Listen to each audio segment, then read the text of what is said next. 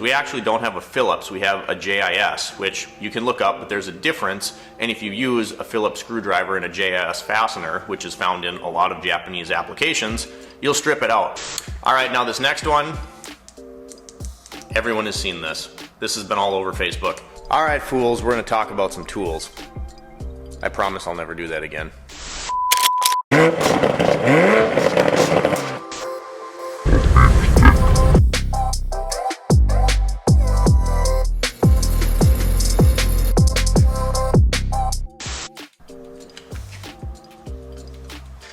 Alright guys, welcome back to another discussion type video. It's been a hot minute since we've done one, so kind of excited. Wanted to talk about tool stuff today. If you're new to the channel, welcome. When we do these discussion type videos, we just talk about stuff. Repairs, auto industry in general, enthusiast side of things, and tools, like we're going to do today. I was just thinking about this. I wanted to break tool purchases down into like 3 categories really, because whether it's families, friends, acquaintances, they're always like, how are you spending so much money on tools? And if you're in this industry, you get it. It seems like we're always on the tool truck or at Harbor Freight or looking at stuff online, buying stuff. And I was just thinking, 12 years into my career here, people always say, you've been doing this for quite a while now, over a decade. How are you still buying tools? How do you not have everything that you need? So we're not going to get into the equipment side of things. You can see here we bought this tire machine this fall, which was huge. It's essential to buy these big pieces to grow your business and to provide services to customers. We got a new press. I don't really want to talk about stuff like that. I want to talk about tools specifically, hand tools, wrenches, ratchets, lights, all of that kind of thing. But equipment is a big part of it in my situation. I put a heater in last year in our second bay. I bought a new lift for the second bay. So all those things add up. But if we're specifically talking tools, you would think like 12 years into this, what more could you really need, right? And I think this can get broken down into 3 main categories. And I think that's going to be efficiency and convenience. You're going to have a little bit of novelty in there, and then comfort. You're doing this every day, so sometimes you're buying stuff just to make the job easier. In a commission-based industry, whether you're working at a dealership, an independent, or like me, you're on your own, you're making money when you're working on cars, and that's really it. If you're twiddling your thumbs or something's taking you 4 hours instead of 3 hours, you're losing money. So the tools do end up being very important. And before we dive, too far into this, I will say necessity breeds ingenuity, creativity, and I do really think in a lot of ways it makes you a better technician. It makes you a better mechanic, because if you have to figure something out, you're working with limited tools, limited resources, that part of your brain gets exercised. That's like, I got to find a workaround to this. I have to get this done. And while there's a balance there, you might be inconvenienced or limited based on your tools, and we do this every day. I have hundreds of thousands of dollars invested in tools. If you add up the retail pricing, it's ridiculous. And even still, there's days where I'm like, man, I don't have this. I have to figure this out. It would be easier if I had that. And working that part of your brain is important too.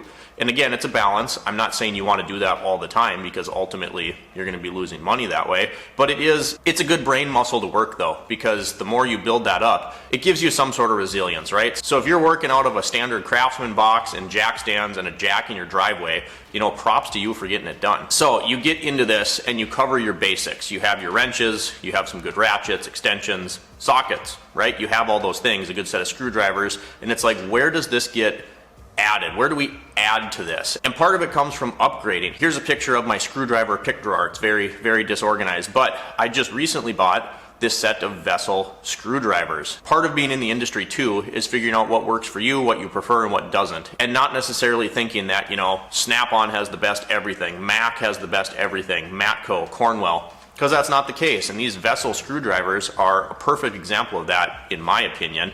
Are my Snap-on screwdrivers nice? Yeah, they're pretty nice. I like them. They're a good quality screwdriver. I think these Vessels beat the brakes off them, and while they're still expensive, this set was about 130 bucks, they're a fraction of the cost. And you look at this screwdriver here, so what I really like about these, and these are geared more towards Japanese applications, because we actually don't have a Phillips, we have a JIS, which you can look up, but there's a difference. And if you use a Phillips screwdriver and a JIS fastener, which is found in a lot of Japanese applications, you'll strip it out, right? But what I really like about these screwdrivers, they got a nice weight to them. They're heavy, they're solid. They have a through shank, tang, whatever you want to call it. So we have a striker end on this side, nice and heavy and solid. And then we also have a little nut drive right here. So where these come in handy, you have a screw that, or a fastener, will not come out. You can put a wrench on here to turn, and you can lightly tap on this end, kind of like an impact screwdriver. Super nice, quality, comfort, everything about these I absolutely love. And if you compare these, apples to oranges, to like the cheapest set of Harbor Freight screwdrivers you can buy. Those things, you know what I'm talking about, the kind of clear yellow handle with the black grippies. I've literally turned, they're just terrible. I've turned on those things and the handle starts twisting. They're gonna be more efficient. This is kind of an example of that comfort blended with efficiency. We're going into that category. You know, I had my Snap-on screwdrivers and I'm like, how can this be even better? You know, how can I maximize the efficiency and comfort I have doing some of these jobs? And these vessels are just a good example of that. I'm gonna kind of scatter the categories in order just to keep a little variety here, but now we're gonna go a little bit kind of sort of into the novelty side of things. We have another offering from Vessel. I saw this all over the internet. This is the electric ratchet. So you can see here, this is a nice little kit. Comes in a nice carry case, comes with a set of bits, extension, a wobble. If the charger isn't in there, that's where that one void is from. But this guy right here, it's ridiculous. Is it a powerhouse? No. So you can see this one has a red and black handle. This is the Japanese version. There's a US version now, and literally the only difference is the handle's completely black. Japanese version was a little bit cheaper, about $30 cheaper for some reason. So I ordered this from Amazon Japan. And it took about a month to get here, but this little guy right here, did I need it? Not necessarily. I have my Milwaukee electric ratchets, which have been absolutely fantastic. This thing is so much smaller, and one, yeah, again, kind of a novelty thing. You know, I was like, I just want it. It was about 227 bucks for the kit. But also, where this thing shines is dash work. If you can see inside the head there, it's a pass-through. So there's an adapter to use your sockets, but when you use bits, they just go right in here. So now you have this extremely low profile to get into tight spaces, particularly where I like it is the interior of the car, doing dash work, stuff like that. Do you need this tool? Not necessarily, but 12 years in, you start looking at some of this stuff and it's like, that could be handy to have, and really, admittedly, it does make me more efficient.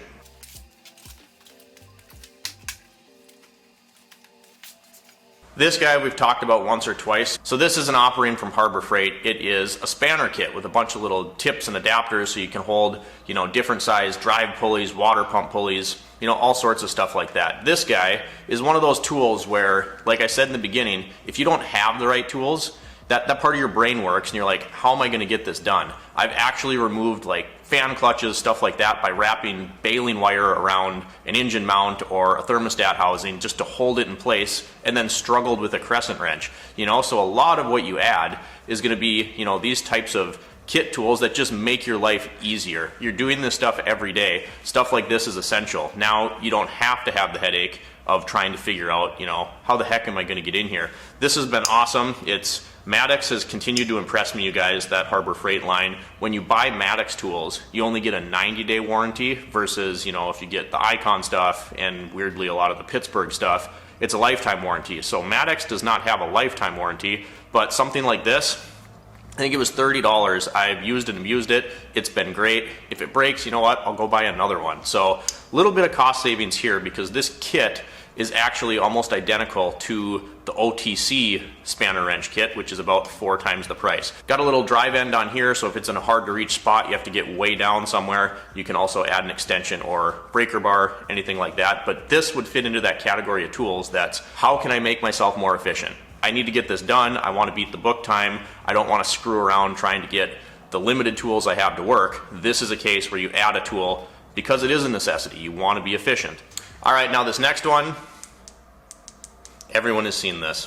This has been all over Facebook. So this is the Olsa Tools Light. I'll put a picture in here of it in a wheel well, and they got great marketing because I saw this on Facebook so much that eventually I was like, I have to have one of these. This thing's insane. I'm kind of a light junkie. What I like about it, you got your 3 brightness settings. It's flexible, so it fits pretty much anywhere. And then, let's see if I can remember how to do this.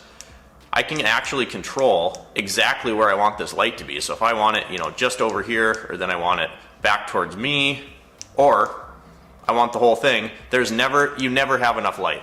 Flexible, durable. I've been using this thing for about 3 weeks now. Here's the handle side of it. You got a little hook on here. And again, this is gonna be, I wouldn't really call this a novelty. The problem is I'm kind of a light junkie, so I have, literally dozens of work lights. This one though is going to be one of my favorites. This thing I've been using exclusively other than my pen light for the last couple weeks, and it's an efficiency thing. It's a comfort thing. You're doing this stuff every day, all day long. You want to be as comfortable as you possibly can, and a lot of times that means being able to see things or get that light in a spot just to make the job a little bit easier. The last thing I wanted to talk about here is what are some of the first things you think of when you're getting in this industry to buy, and that's going to be sockets and wrenches, right? So you would think after you have a good set that you'd be done, but that couldn't be farther from the truth. So when I first got in tech school, I bought Snap-on sockets, Snap-on wrenches, Snap-on ratchets, right? And you would think that's great. We talk about, let's say, sockets first. This guy is from Astro Tools. The whole set, I believe it goes from 8 all the way up to 29, but this set was about $40 on Amazon. Astro Tools makes some good stuff. There's lots of other companies offering these, but look at how low profile that is.